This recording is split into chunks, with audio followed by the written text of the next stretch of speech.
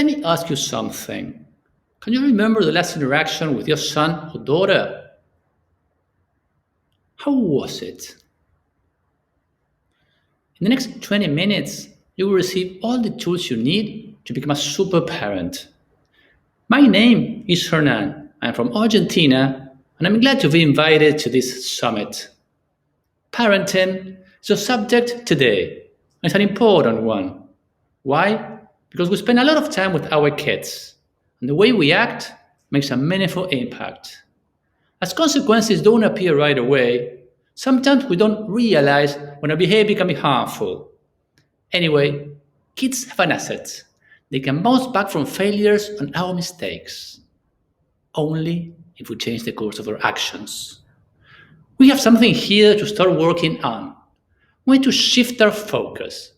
Stop micromanaging our kids and concentrate on us. We have the golden key to solve this puzzle. Yes, there are some behaviors to perform, but I want to deliver the main idea. Becoming the best version of ourselves is the best strategy to develop a healthy, long-lasting, and enjoyable relationship. Again, becoming the best version of ourselves is the best strategy to develop a healthy, long-lasting, and enjoyable relationship. Let's link this concept to a story, a personal one. Julian, my eldest son, started playing tennis at 3 years old. We went to the club, and first I played with a friend. Later, we played. We played till he said it was enough. Can it be half an hour, 1 hour, or more? Once, when he was 4, he made a serve in the middle of the game. The serve is one of the most challenging strokes because you have to adjust the upper and lower body coordination, the toss, and many things. So at that time, I thought my kid was one of a kind, serving easily and with grace. Unfortunately, I was mistaken. It took me several years to figure out what he was doing. He was copying my serve. He traced it. Kids are sponges. They absorb everything around them, and we are their primary inspiration source. So, what can we do about it? We have to be aware of our habits. Are we willing to commit to our jobs, friends, and family the same way we require our kids in sports? Are we willing to accept that business loss, show up the next day, and give our best? Are we willing to do the push-ups we tell our kids they need to perform? Our actions align with the phrase, I want my kid to have fun in sports. Once, in a tennis club, I found a can't post the phrase. It looks old, rusty, forgotten in the middle of the court. And it said, if you want a champion at home, start training yourself. So, with our self-development in mind, the first question to ask is why are our kids in sports? Chances are our kid won't make a living through sports. Research shows that only 1 every 16,000 can do so. I won't dare to say my kid will be the lucky one. So we need another why. The whys are more important than the hows. Why I am talking to you today? I am talking to you today because I experienced an unhealthy relationship. My father was tough, always micromanaging my tennis. And there isn't much information around there about sports parenting. I also came up short as a parent, and sharing my experience will help you. Don't worry. I think I am fully recovered, and your kid will benefit from it. Sports provide a framework to develop skills. Which ones? Healthy routines like nutrition and workouts. Concentration. Kids have their center of attention on the game, on the ball. Decision making. Take tennis as an example. Every 4 seconds, you have a decision to make. and the results are on time. Next, time management. Kids have to balance practice, tournaments, school, and friends. It's challenging, isn't it? What else? Team dynamic skills. They learn to be part of a team and play different roles in it. And last, to perform under pressure. There's always pressure on a practice, on a tournament, always. So it looks worthy to keep our kids in sports, isn't it? The secret word regarding this matter is passion. When I mean passion, I am talking about their love for the game. It's tricky because it works like a seesaw. The more we add to the equation, the less they contribute. Julian was an excellent tennis player in under 10 and under 12, one of the best in the country, reaching the quarterfinals of the Eddie Herr, one of the most important tournaments in the world. Do you want to know what happened next?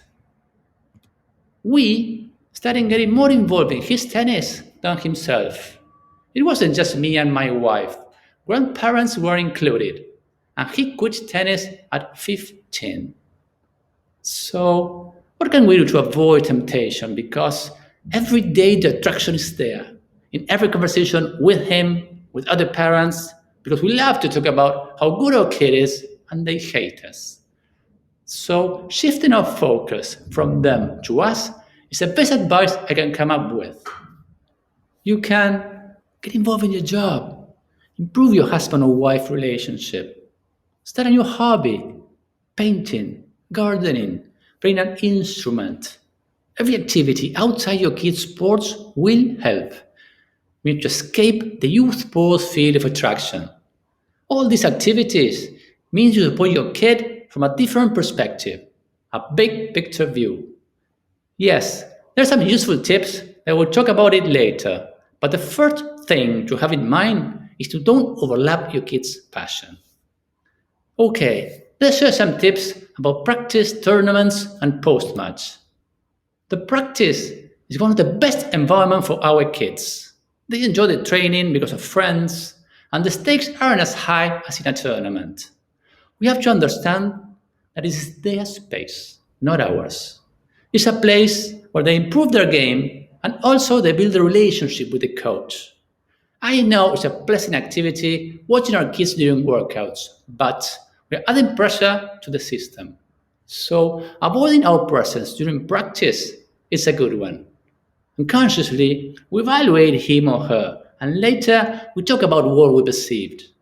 Even though, if we're right in our opinions, the dynamic is unhealthy and a short-term view. Unlikely practices, we must be present in tournaments, unless they don't want to. When I was 15, I told my father not to come anymore to my matches, and he did so, just for 1 year. Later, he came back reloaded. Anyway, our mission here is to give confidence and support. How can we do so? First, being aware of our body language. If we can't show up with an excellent posture, fake it. Maintain it, even though they're having a hard time on court.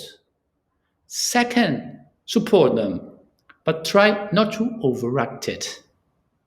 Third, kids have to build grit during matches, fighting their own battle. But calls will happen, and they have to handle them alone. And fourth, behaving with other parents. Take into account that one match won't change anything. Keep in mind the relationship with your kid. Nurture the relationship, and you have a wonderful time and can evolve to other stages. After matches, there are two scenarios: winning or losing. Victories are easier to handle than losses. The latter needs time to heal, and we can contribute without silence. Everything we'll say, it will turn against us. Of course, you want to share your insights and theories about why they lost. Believe me, it isn't worth it. They need time to process the information. Can it take 15 minutes, half an hour, or the whole afternoon? Anyway, leave the technical comments to the coach. They will have a conversation about things to work on in the future. In victories, they want to talk about it because winning is one of the best feelings they can experience. So enjoy listening to every detail and avoid talking about all the mistakes you fear out on the match. Chris Ever, a former number one tennis player, tells her coaches at her academy. For every negative comment you share with a player, you have to deliver five positive ones. So now you know what to do in case you messed up. Okay, let's now move to family interactions. The dinner table is the meeting point. It's the place where we catch up with our kids and they tell us how their day was. What do we talk about? Is sports the main subject? We have some homework to do here. We just search for other conversation topics. Otherwise, we'll end up talking about sports 100% of the time. Boys and girls are interested in different things, so we have to be creative and have ideas in advance. Next, it's key to have an accountability partner. Can it be your husband, your wife, or a friend? We perform better when we are committed to something and know that someone is taking it into account. Four eyes are far better than two. Sometimes we think we're on the right track or want to believe it, and there is when our accountability partner helps us to change course. Next, the forgotten son. The forgotten son is one of the biggest mistakes in losing family balance. I am guilty about that one too. It's easy to shift our attention to the kid who plays sports. We provide him with transportation, we share tournaments, so we spend a lot of time with him or her. Planning time with other family members is an art to develop. It's challenging sharing activities without checking the phone every 5 minutes. We have to build muscle. We have to plan it in advance. Shut it down in your to-do list. Quality time is everything for our kids. And believe me, they know we're not giving 100% of our attention. And last, if you want to argue with your son, just compare him with another kid. There's always someone better. Don't worry if he didn't appear yet. He will show up soon. If you want your kid to remain in sports, you can do the following. Compare himself with his yesterday's version. It's healthier and a never-ending path. Okay, let's now share some tips about confidence. There are many exercises around there, but I want to limit it to two simple things. They work for me and hopefully can work for your kids. First, being the best at something is a confidence booster. We want our kids to play with the best players because we think they can improve that way. Take into account that they can have a hard time there. Why don't you think about joining a lower group? Isn't it charming? When I was 14, I practiced at a club. The group was overloaded, so they split it. The good ones and the bad ones. And I was delivered to the latter.